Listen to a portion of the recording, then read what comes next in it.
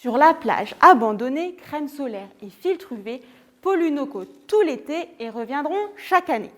On pense à sa peau pour ne pas être brûlé, mais c'est tout de même triste quand on pense aux organismes marins. Ils se retrouvent à la merci de ces molécules envahissantes et bloquant les UV. Elles induisent le blanchiment des coraux et perturbent le développement des oursins et des poissons. Pourtant, il faut bien se protéger des UV. Venez, je vous embarque sur mon bateau, nous allons à la rencontre de Lily, la crevette analyste, qui va vous expliquer quels sont ces filtres UV à ne pas utiliser. La voici. Bonjour Lily.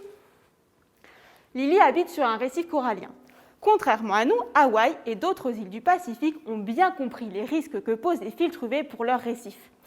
Ces États ont d'ailleurs banni dès 2018 de l'usage l'oxybenzone et l'octinoxate. L'octocrylène, un autre filtre UV largement utilisé, est moins controversé, mais il n'est pas non plus recommandable, nous dit notre ami. À vrai dire, on profite mieux de la mer lorsqu'elle est pleine de vie.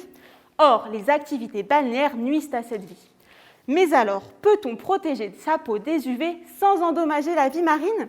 Croyez que la recherche va bon train pour trouver un allié qui nous protégera des UV et sera sans risque pour nos amis aquatiques.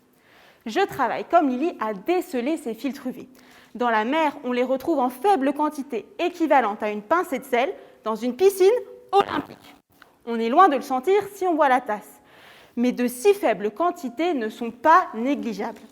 Les filtres UV côtoient à chaque instant les organismes marins et bien qu'en quantité dérisoire, leurs effets sont dévastateurs.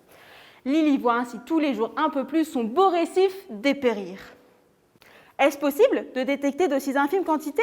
Oui, avec les bons outils. Je travaille sur une nouvelle technique appelée la spectro-électrochimie. C'est une fusion entre deux méthodes. D'une part, la spectroscopie, qui lie la matière et la lumière. Le rôle des filtres UV est d'arrêter la lumière avant qu'elle n'abîme votre peau. Chacun d'eux possède un spectre d'absorption unique qui permet de le reconnaître n'importe où. D'autre part, l'électrochimie, qui lie la matière et l'électricité. Quand on applique un courant électrique sur une molécule, on modifie sa structure. Or, l'absorption des UV dépend de cette structure. Et si elle est modifiée, le spectre est transformé. On peut ainsi détecter nos molécules, bien qu'elles soient en quantité minuscule, et ainsi déterminer quelles sont les zones polluées et quel est le niveau de leur pollution. Ah, Lily doit nous laisser car elle a beaucoup d'analyses à mener. Au revoir Lily.